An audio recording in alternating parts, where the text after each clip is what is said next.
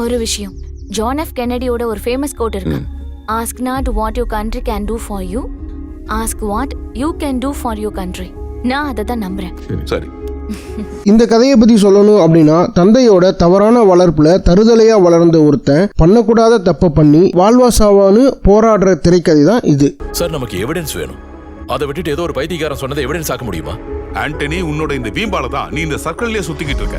ஊழல்லயே ஊறி போன ஒரு காவல்துறை அதிகாரி பணத்துக்காக பாதிக்கப்பட்டவங்க மேலேயே அவதூறு பேசி நியாயம் கிடைக்காம காவல்துறையை விட்டு வெளியே அனுப்ப மனமுடைந்து போன அந்த பொண்ணு தற்கொலை பண்ணிக்கிறாங்க.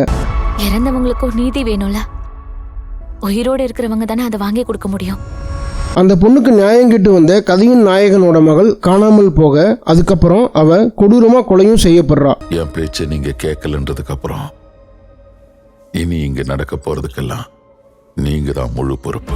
கதையின் நாயகனுக்கு ஐக்யூ பவர் அதிகம். அது மட்டும் இல்லாம ஹேக்கிங்கே ஹேங் ஓவர் ஆகுற அளவுக்கு திறமையும் உள்ளவர்.